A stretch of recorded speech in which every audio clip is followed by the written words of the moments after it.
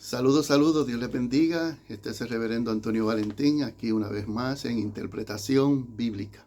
Damos gracias a Dios por esta oportunidad maravillosa que el Señor nos permite poder llegar a su presencia para poder dar estas enseñanzas poderosas de la palabra de Dios. Queremos exhortarle a que si usted no se ha suscrito, hágalo para que así pueda llegar y recibir todas estas enseñanzas y así no se pierde ninguna de ellas. Igualmente, les exhortamos a que nos dé un like. Si la misma está siendo de edificación y comprensión a su vida espiritual y su fe. Y es interesante porque Dios ha estado hablando y enseñando. Muchas personas nos han comentado que se han edificado grandemente con el concepto escatológico de la Escritura. Y como habíamos dicho anteriormente, habíamos comenzado una pequeñita introducción sobre la carta de los tesalonicenses y en ella encontramos un valor extraordinario escatológicamente. Hay muchas personas que esta carta no le toman mucho entusiasmo, pero cuando le ponemos un ojo escritural y comenzamos a leer esos versos a la luz de la verdad y del mensaje original del apóstol Pablo hacia esta iglesia, encontramos mucha esperanza, encontramos una escatología transformadora y una escatología también liberadora, pero también exhortativa. Y es interesante que podamos ver estos conceptos escatológicos dentro de la carta de Tesalonicenses.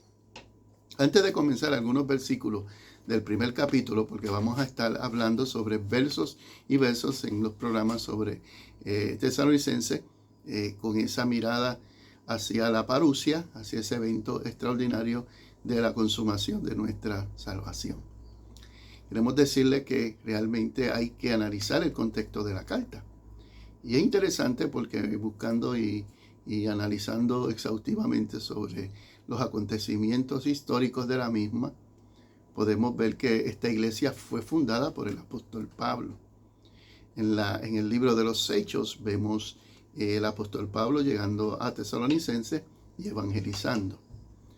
Pero el apóstol Pablo se encuentra con oposiciones de los judíos que estaban regados por toda la diáspora de Asia Menor y también, ¿verdad?, de aquellas áreas también grecorromanas.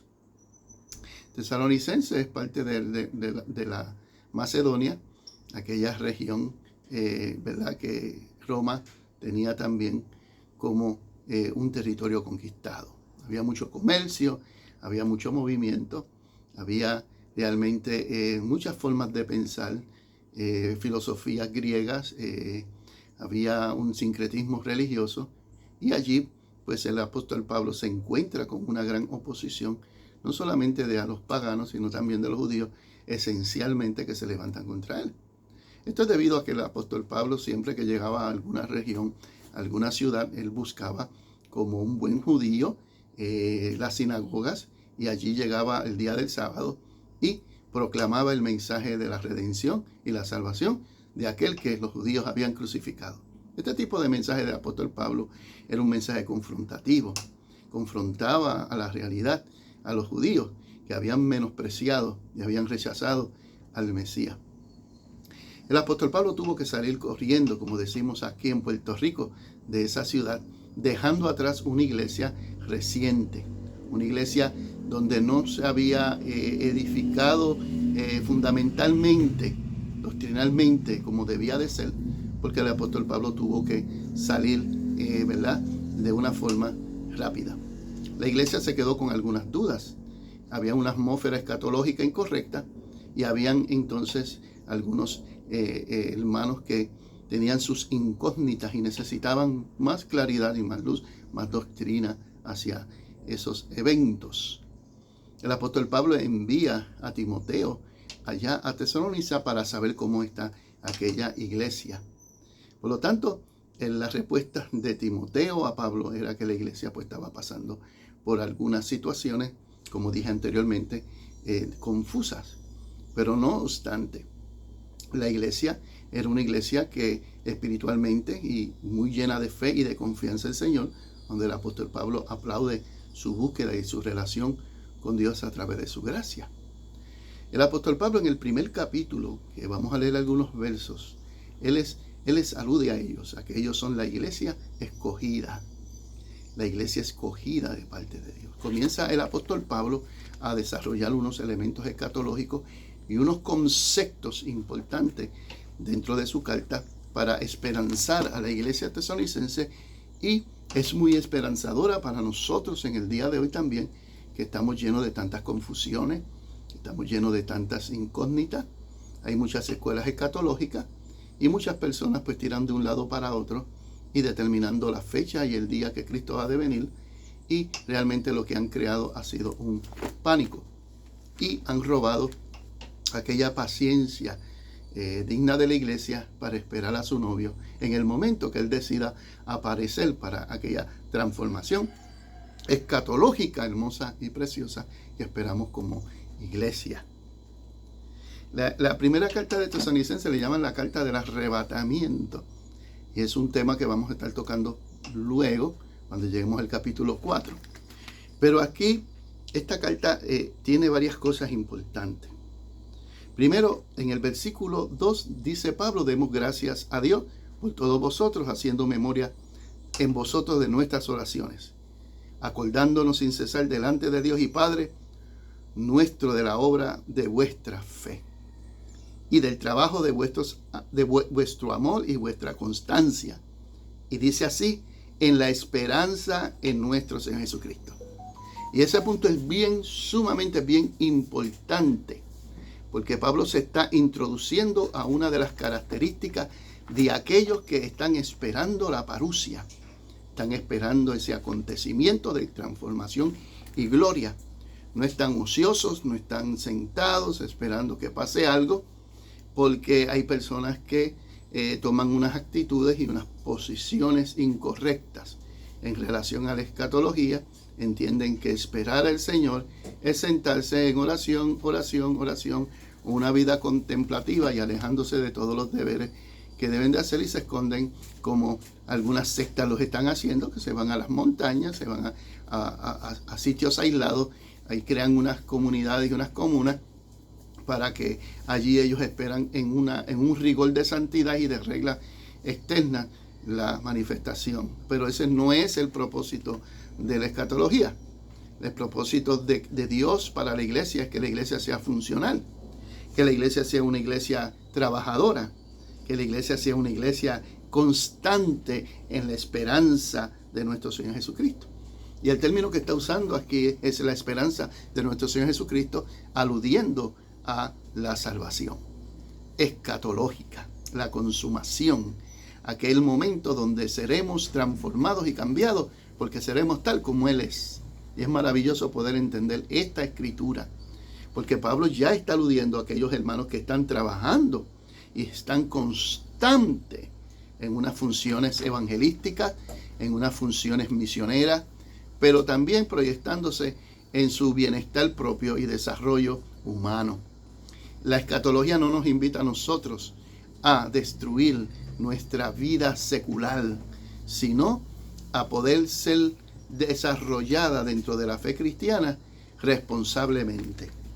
Y aquí vemos como en el versículo 4, uno de los versículos importantes también de la escatología de Tesalonicenses, y dice así, y estamos en Primera de Tesalonicenses capítulo 1, versículo 4.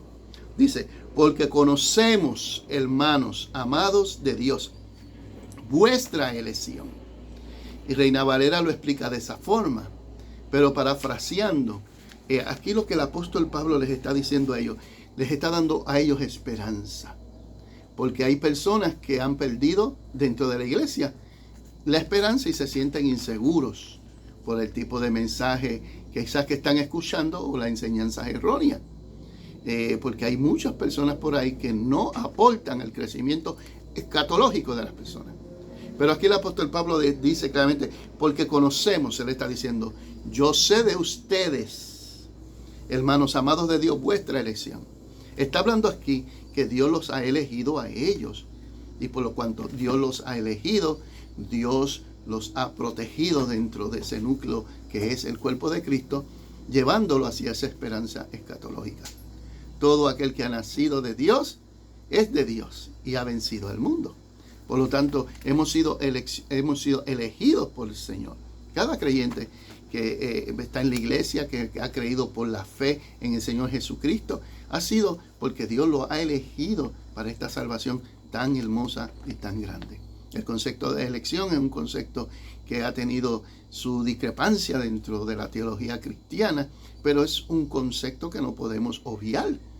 El concepto de elección nos está hablando de la gracia y de la bondad de Dios y su misericordia, que aun siendo nosotros pecadores, Cristo murió por nosotros. El Espíritu Santo trabaja en nuestros corazones y en nuestra vida, haciéndonos nacer para la gran salvación que nos ofrece Dios en Cristo Jesús. Hemos sido seleccionados, como dice Pablo también en otras cartas. Hemos sido predestinados desde el principio en Cristo Jesús. Quiere decir que en Cristo Jesús, esa gracia preventiva, donde el Espíritu Santo nos ayuda a ejercer esta fe, que muchas veces esta naturaleza de pecado no quiere que nosotros busquemos y sirvamos a Dios. Pero Dios de alguna forma u otra ha tocado nuestros corazones y ha transformado nuestra mentalidad, nuestros entendimientos a través del Espíritu Santo y a través de una lectura bíblica llena de fe y llena de esperanza. Nosotros hemos sido elegidos. Por lo tanto, esa palabra de elección crea en la iglesia de Tesalonicenses un resurgimiento a la esperanza. Es porque ese era el propósito del apóstol Pablo, combatir contra aquellas enseñanzas destructivas de la época, especialmente judía, que estaban detrás del apóstol Pablo, tratando de desacreditar la información que él les había enseñado a la iglesia. Pero Pablo está en este momento, en esta carta, está reforzando una enseñanza, una esperanza, ya que él no pudo, como dije anteriormente, darle unas capacidades más amplias porque tuvo que huir de Tesalonicenses. Pero estamos viendo aquí el Espíritu Santo una vez más en esta carta inspirada por el Espíritu Santo, trabajando con la necesidad escatológica de cada uno de los hermanos en la iglesia de Tesalonicenses. Hay otro versículo que nos llama la atención también, donde el apóstol Pablo dice: y vosotros vinisteis a ser imitadores de nosotros y del Señor, recibiendo la palabra en medio de gran tribulación, con gozo del Espíritu Santo. La tribulación es un anticipo a la gloria. La tribulación era algo que podemos llamar sumamente angustioso, un acontecimiento angustioso. Sabemos que la iglesia del primer siglo fue una iglesia perseguida, pero antes de que Roma comenzara a perseguir la iglesia, muchos judíos se levantaron en contra de la iglesia, tratando de destruirla y tratando de hacer prosélitos con ellos. Y por lo tanto habían difamaciones y habían sufrimiento. El apóstol Pablo era un ejemplo también de ese sufrimiento, porque el apóstol Pablo fue muy perseguido, muy difamado y muy angustiado por este grupo judaizante que odiaban al apóstol Pablo, porque él estaba llevando un evangelio de poder y de gloria. Por lo tanto, la iglesia es una iglesia que pasa por tribulaciones, pasa por angustias por causa del evangelio y las oposiciones que se levantan en contra de ella. Pero las tribulaciones son anticipos de aquella gloria que ha de manifestarse en nosotros. En este momento, como dice la Escritura, los tiempos presentes no son comparados con la gloria que nosotros hemos de experimentar en el futuro. Quiere decir que la iglesia es una iglesia que se ha validado dentro del margen, ¿verdad?, de su fe, en medio de conflictos teológicos, conflictos religiosos, conflictos sectarios. La fe es la que ha vencido al mundo, no una fe elaborada en una filosofía extrema o extradimensional, como algunos aluden, sino una fe sencilla que se comprende como el amor y la gracia de Dios por la iglesia a través de Cristo Jesús. Por lo tanto, ese texto que dice claramente, y esperar en los cielos a su Hijo, al cual resucitó de los muertos, a Jesús, a quien nos libra de la ira venidera. Qué interesante texto nos está proyectando aquí el apóstol Pablo. Él les habla claramente que el fin de la iglesia, aparte de la evangelización y de la estructura eclesiástica, es la esperanza, es esperar desde los cielos a su Hijo.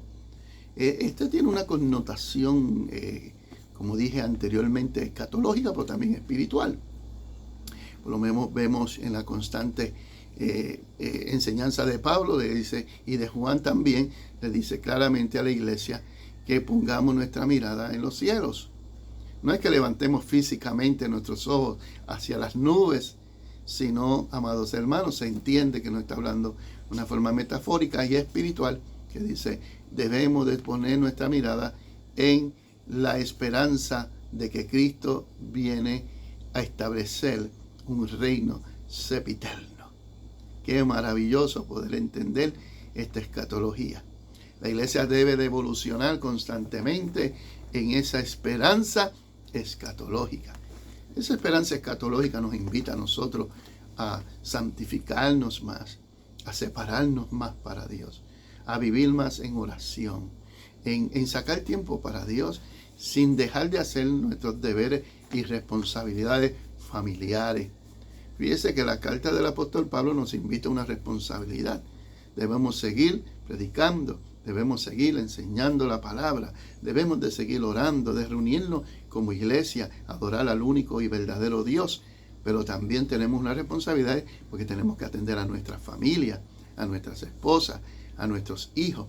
Y tenemos muchos que trabajar secularmente porque tenemos que sostener a nuestra familia.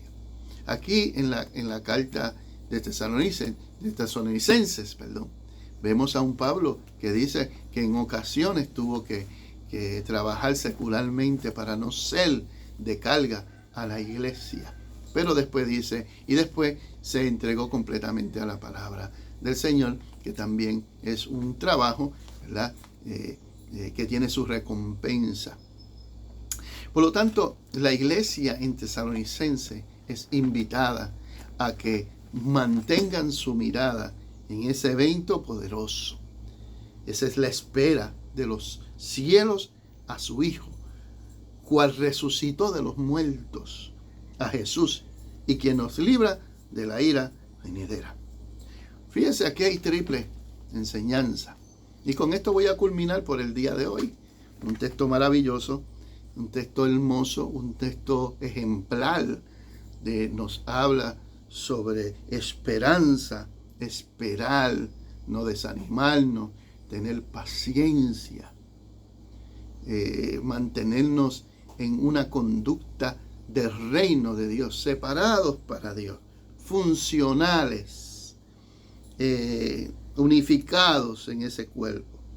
Espera en los cielos a su Hijo, el cual resucitó de los muertos. Cristo es, como dice Pablo en Corintios, que Cristo es la garantía de nuestra resurrección. Cristo fue la primicia de aquella resurrección, como símbolo de que nosotros hemos resucitado de vida, de muerte a vida en el Espíritu, en la regeneración de nuestro ser en el Espíritu Santo. Pero también nos lleva a ese momento en que este cuerpo corrupto se vestirá de incorruptibilidad, donde este cuerpo, como dice Pablo en 2 de Corintios, este tabernáculo se va desvaneciendo, pero tiene en los cielos un edificio. Dice, no nos dejará desnudos, sino que tiene un edificio, ¿verdad?, donde seremos revestidos. Pablo está usando tabernáculo, pero usa edificio como de una forma, ¿verdad?, de mejora. Dios nos está transformando y nos está cambiando. Dice que hemos tenido una resurrección espiritual, pero nosotros también tendremos una resurrección física.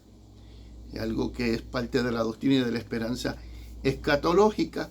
Si alguno de nosotros parte con el Señor, tenemos esa esperanza y esa promesa de que en su venida seremos resucitados, porque Cristo es la primicia de esa resurrección. Entonces, también nos habla de quien nos libra de la ira venidera. Y hay algo aquí bien importante en este texto que me llama la atención, y es el tiempo presente del texto. Fíjense cómo dice quien nos libra. No dice quién nos librará, o no dice quién nos libró, sino está hablando quién nos libera. Es una acción constante, basada a un acontecimiento del pasado, un hecho que tiene fuerza en el día de hoy dentro de nuestra esperanza cristiana.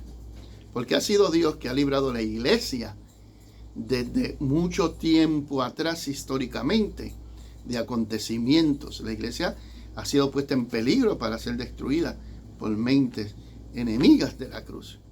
Pero Dios, en su juicio contra esa humanidad, nos ha librado y nos sigue librando. Primeramente nos libra de nuestra propia conducta y nos va llevando a la imagen de Cristo, pero también nos está ayudando a nosotros persistir y continuar su mensaje en medio de los conflictos y en medio de las persecuciones y también de momentos angustiosos. Pero también alude a un futuro donde su venida ha de traer no solamente redención en su consumación total, sino también juicio para aquellos que se han revelado y aquellos que no creen. Nosotros no somos parte de esa ira. Vemos la ira soteriológicamente como aquel sentir de Dios en contra del pecador. Pero Cristo es la propiciación por nuestros pecados y nos libró de la ira de Dios, porque nosotros no merecíamos el castigo. Pero como nosotros hemos nacido del amor de Dios, hemos resucitado una nueva vida y nueva creación. Nosotros no somos parte de esa ira, porque ya la ira no tiene poder sobre nosotros, porque ya Cristo quitó aquella culpa y aquella relación con la vieja criatura. Por lo tanto, escatológicamente estamos viendo, ¿verdad?, que la iglesia no va a participar de aquella ira, sino que la ira de Dios será para aquellos que no quieran creer en Él. Por lo tanto, culminando la escatología, es como una espada de dos filos. Tiene una corta en bienestar para aquellos que creen en la esperanza escatológica y esperan ese momento crucial. Pero también está aquella área de la escatología donde señala juicio para aquellos que no quieren creer y no quieren ser partícipes, que se han rebelado contra Dios, se han hecho enemigos de Dios y enemigos de la iglesia. Bueno, creo que lo vamos a dejar hasta aquí y continuaremos en la próxima grabación la enseñanza. Continuaremos hablando sobre estos conceptos escatológicos que encontramos en primera y también en segunda de Tesalonicenses. Bueno, este ha sido su hermano Antonio Valentín, aquí en Interpretación Bíblica, y esperamos de que usted se suscriba en nuestro canal y también nos dé un like por si acaso, ¿verdad? Queremos saber cuánto usted se está edificando a través de nuestra enseñanza. Así que Dios les bendiga, les deseamos muchas bendiciones y crecimiento en el Señor y en su palabra.